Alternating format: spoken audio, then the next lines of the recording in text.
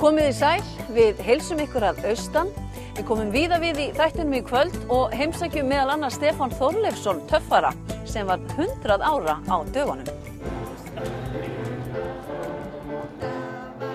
Ég hef svo teygju líka sem er afskaplega gott fyrir beinagrindavöðvana, sérstaklega handleggina og það. Við hittum líka hressa álkarla, en álkarlar kallast þeir sem ljúka 3 austfirskum ofurþrautum. Þar þarf að hringa allir svona brekkur og... Setja meira orku í þessi keppni og alltaf spara þig í löngum tíma. Það er svona meira bara dull. Við komum við á Seyðisfirði og skellum okkur á tónleika þar í Bláukirkjunni. Og líka gaman að sjá hvað mikið af heimafólki hérna af svæðinu.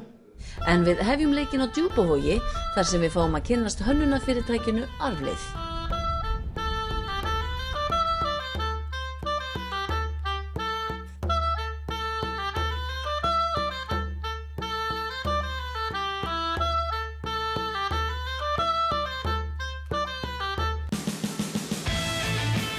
Einhverjum ástæðum hafa töskur verið það sem ég hef gert mest af.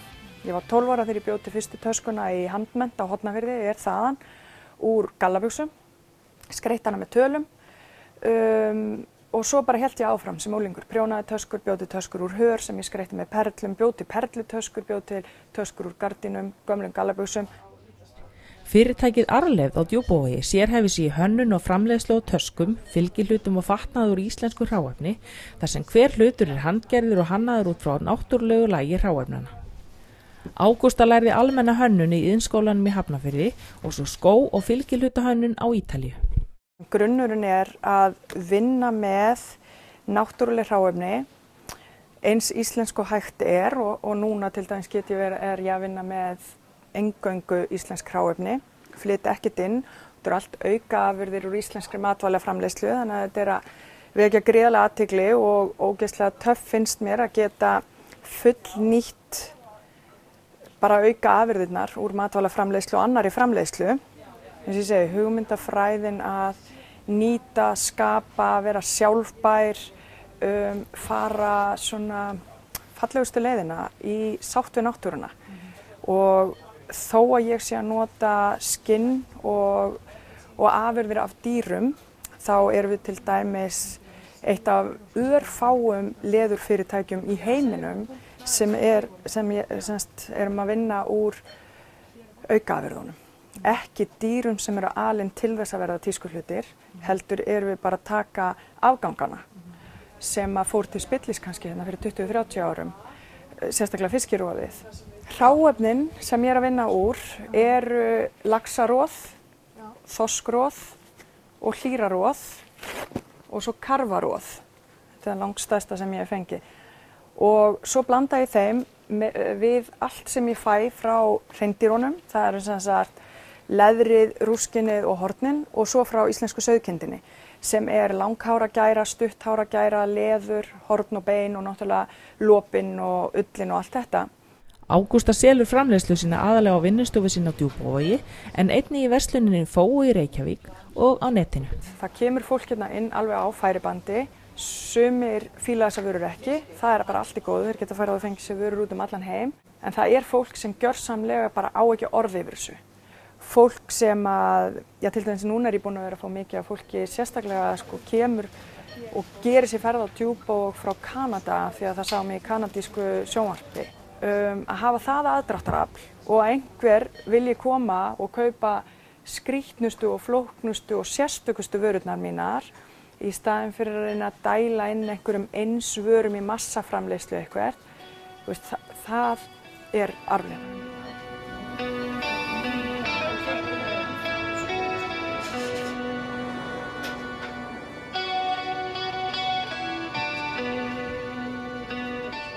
ég mun halda áfram bara að vera hér, vonandi sem bara lengst og mest, að gera akkurat þetta.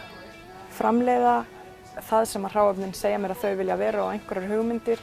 Ég er kannski að gera leðurjakka upp á 120 skall einn daginn og svo ger ég debitkortaveski pínulítið upp á 4-5 skall næsta dag og svo púðaver og svo glasamottur og alls konar.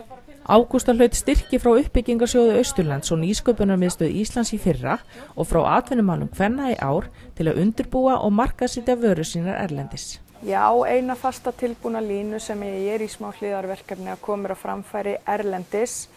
Það er í rauninni ekki til þess að ná heimsyfiráðum og frægð og frama og ríkidæmi eins og ég ætlaði mér í byrjun. Heldur er það í rauninni til þess að láta fólk vita að ég sé hérna á Djúpavogi. Þannig að fleiri í heiminum viti að þessu og komi.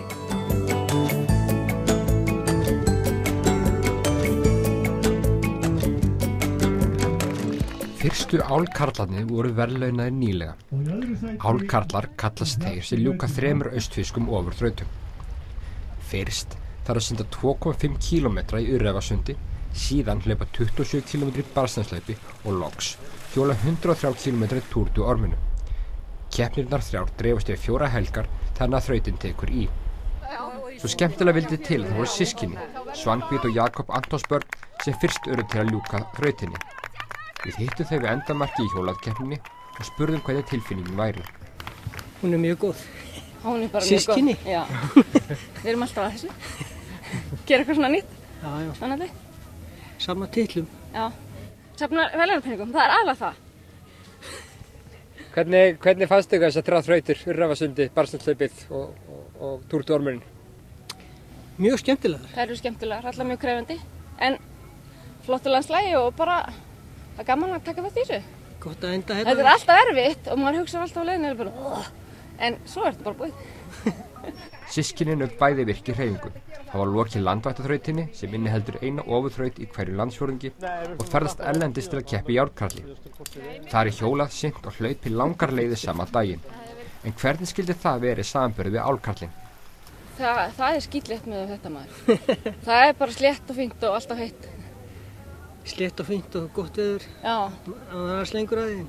Já, það er ekki svona eins og núna. Þetta er svona að fara þennan hring, þetta er svona brekkur og... Setjum meira orku í þessa keppni og alltaf spara þig í löngum. Það er svona meira bara dull. Systkinin uppalin á Stöðvarfirði. Þau búa í dag sitt á hvoru landshorninu. Svanhvít á Egilsstöðum en Jakob í Reykjavík. Þau fylgja samt að við æfingar og keppni. Þau segja almennt sé meiri samvinna en metingur þeirra á milli. Bæði samvinna og meting. Já, mér finnst svolítið pirrandi hvað hann þarf alltaf að vera aðeins undan. En það er líka bara eldri, þetta er alltaf það. Hann kemur nú eins og núna, hann kom og hjólaði með mér restina. Hann kemur nú og sækir mér stundum og fylgir mér. Hefur þetta alltaf verið svona? Góð samvinna milli ykkar? Nei, hann var ekkert alltaf mjög skemmtilegur þegar hann var yngri. Ég held ég hef alltaf verið mjög samvinna þýður. Já, hann var þar stundum. Þannig að hann skánum aldrinum? Já, hann er yndislegur. Hann er bara bestur. Þið búið sitt komið á landinu, ekki? Jú. Hvernig æfið þið eitthvað saman eða hvernig hittist þið bara til að keppa? Já. Við höfum alveg fyllt svona prógrami sko, en hann æfir sitt alltaf meira.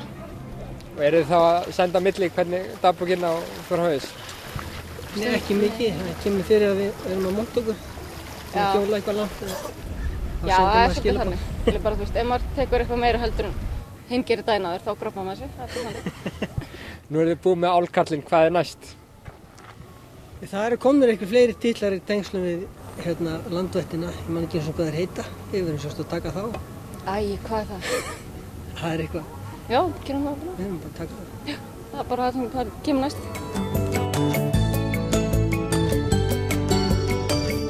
Hann á afmæli í dag, hann á afmæli í dag, hann á afmæli hans er fín.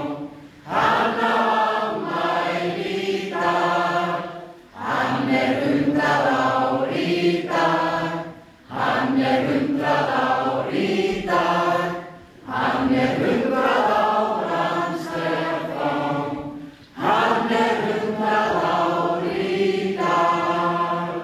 Norðfirðingurinn Stefán Þorleifsson sem fæddist í Naustakvammi í Norðfirði þann 18. ágúst 1916 fagnaði 100 ára afmæli sínu með pompu og prakt fyrir skemmstu en mikil veisla var haldin honum til heiðurs í Egilsbúð. Ég byrjaði því kannski að bara óska til hamingju með afmælið. Já, þakka fyrir það. Þetta svakalegur áfangi. Jú, auðvitað, maður hugsar ekkert þetta í raun og veru sko. Í raun og veru, maður lifir bara fyrir daginn í dag. Maður ekkert sérstaklega að hugsa það að maður sé orðin gaman. En á þessum tímamótum núna, þú hefur upplifað rosalega margt á þessum tíma. Mikið af breytingum bæði í samfélaginu, lífinu sjálf. Já, þetta ég búin að lifa náttúrulega afskaplega breytilega tíma sko. Ég fór fljótlega að fara á vertíðir. 17 ára gamall fór ég á vertíð til Sandgerðis til dæmis. Síðan fór ég á vertíð til Hornafjarðar og verð þarna á veturna. En það sem ég var alltaf að glíma við, mér langaði til að fara í skóla. Og seinna fer ég á 2 vertíðir til Hornafjarðar og svo fer ég á síldarskip norður á Akureyri, þar í 4 sumur og allt þetta vesinn. Maður koma eiginlega alltaf peningalaust tilbaka. Vegna þess að það var bara, þá var heimskreppa sko. Og útgerðarmennirnir voru næstu jafn fátækir og starfsfólkið þeirra. Og þetta var baráttu við það að bara geta náði nokkrar krónur og alltaf var stefnan á það að komast á skóla. Þegar Stefán var 21 árs hafði hann loksins safnað sér nægum pening til að setjast á skólabekk. Hann fór í héraðsskólan á Laugavatni og lærði meðal annars ensku og sænsku. Ja, svenska, jú, mér gasta mig, nej, hvað segir mig? Lika gott att prata svenska. Jo, det är lika gott att prata svenska. Men det är många år sedan jag har pratat svenska. Yes, I can speak a little English.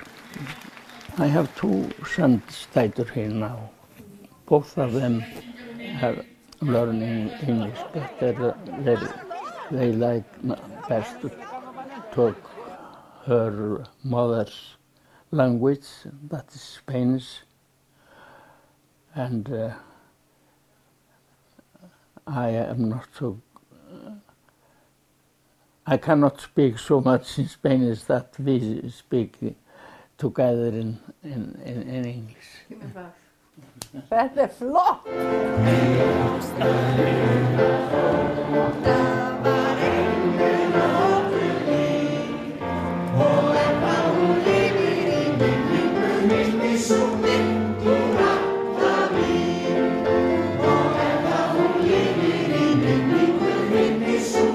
Svo spilar golf. Já, ég spila golf. Þú ert öflugur golfmaður. Það er góð íþrótt ekki síst fyrir fullorðið fólk. Já. Mjög góðir.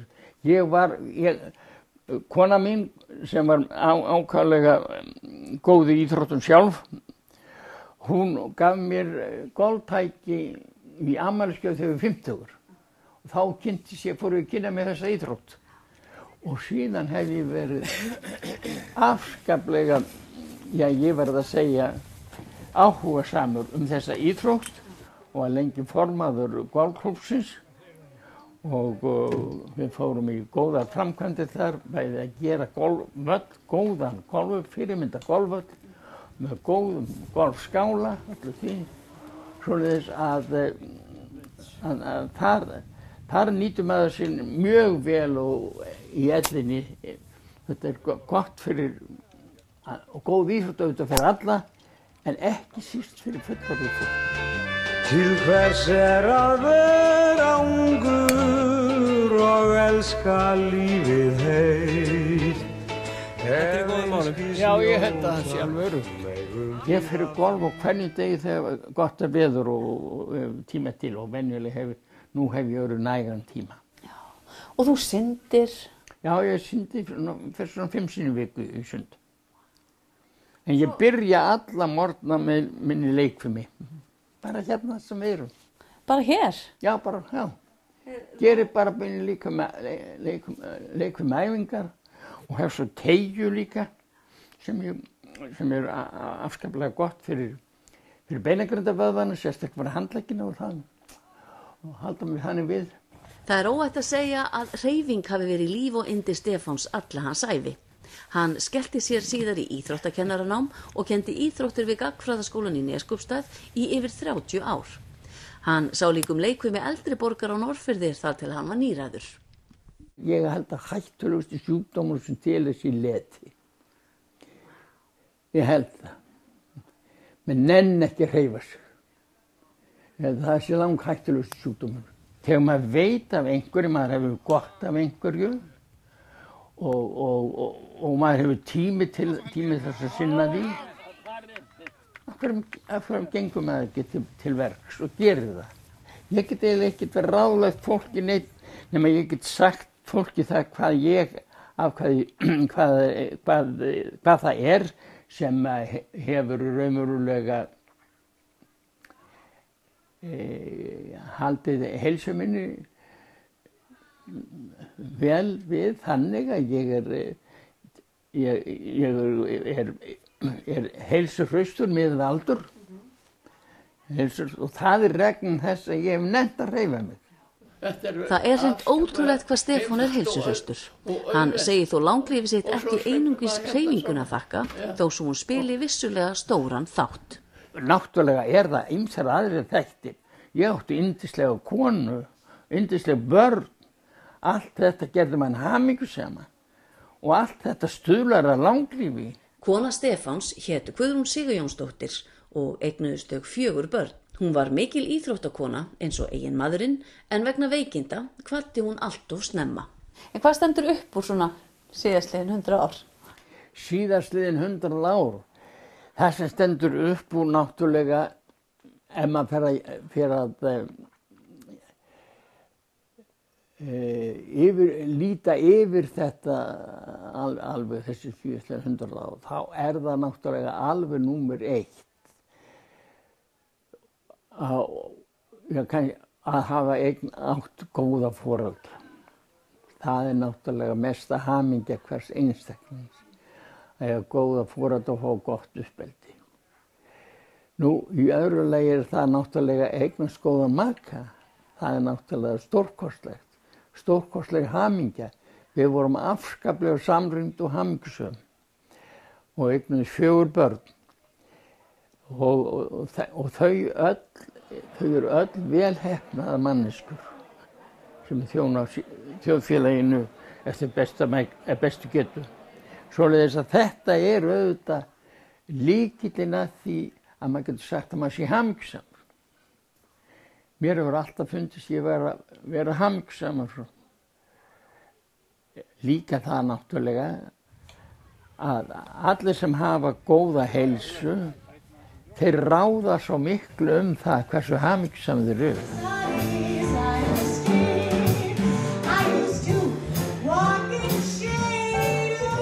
Við erum stödd hér í Seyðisfjarðarkirkju þar sem að lokatónleikum Bláu kirkjunnar tónleikarraðar var að ljúka en tónleikarröðin hefur í gangi síðustu 18 ár. Við ákveðum að renna við og heyra sögu tónleikarraðarinnar og af upplifun gesta og tónlistarmanna. Hinn nýstofnaði kvartett Kurr sló botninn í tónleikann í ár. Svo ánægilega vildi til að þetta voru fyrstu tónleikar kvartettsins.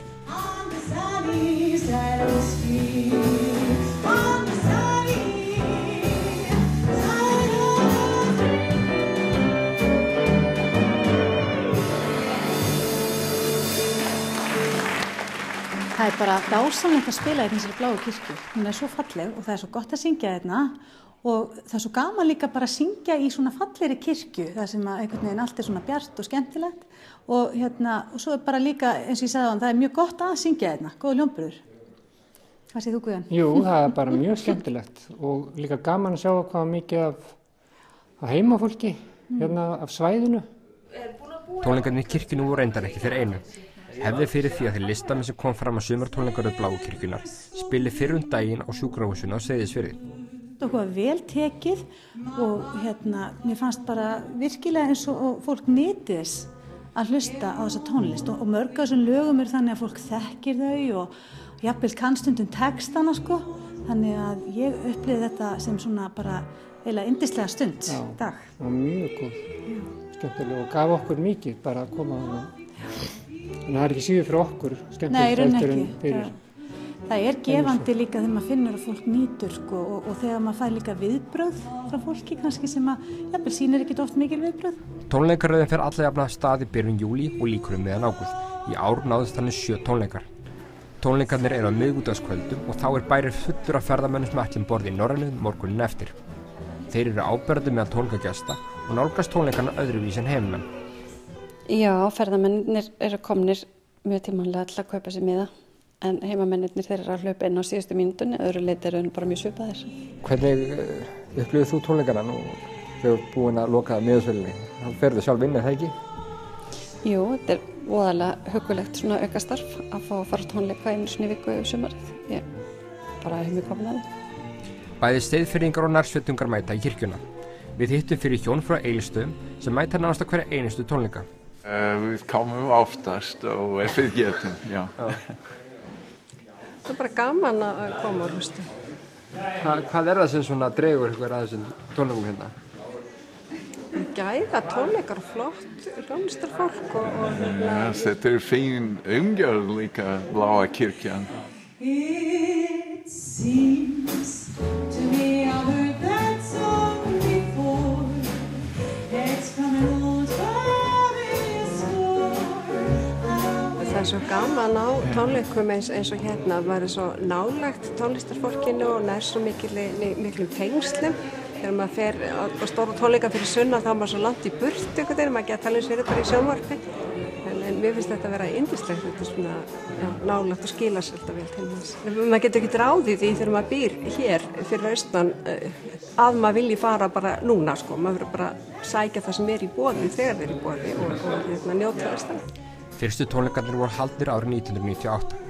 Stefnan var strax sett á klassíska tónlist með jazz í bland. Þá var ekki mikil spáð í hver framtíðin yrði. Þetta var svona hugmynd sem var verið að kasta á milli okkar. MÖF kom hérna haustið 97 og sem tónlistarkennari og við, þegar að leið á veturinn þá vorum við svona spá í, fórum við að kasta þessari hugmynd á milli okkar. Og þessu var kasta á milli sín svona í byrjun ársins og svo var bara ákveðið að kýla á þetta. Það var bara mómenti til þess að byrja og tónleika rauðinni og við vissum svo sem ekkert hvað vorum að fara út í sem betur fer sennilega því að þetta er svona, fer í gegnum svona upphafsferil þar sem að er svona verið að prófa ýmsa hluti. Í dag eru slétt 10 ár síðan MÖF Vorten, tónlistarkennari á Seyðisfirði og einn af frumkvöðlum tónleikaraðarinnar, lést fyrir aldur fram. Andlát hennar var Seyðfirðingum mikið áfall en tónleikaröðin heldur minningu hennar á lofti.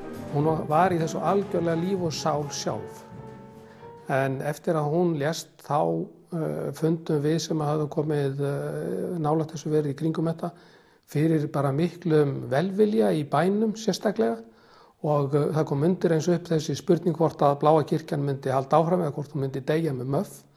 Svo þetta var eiginlega aldrei nein spurning.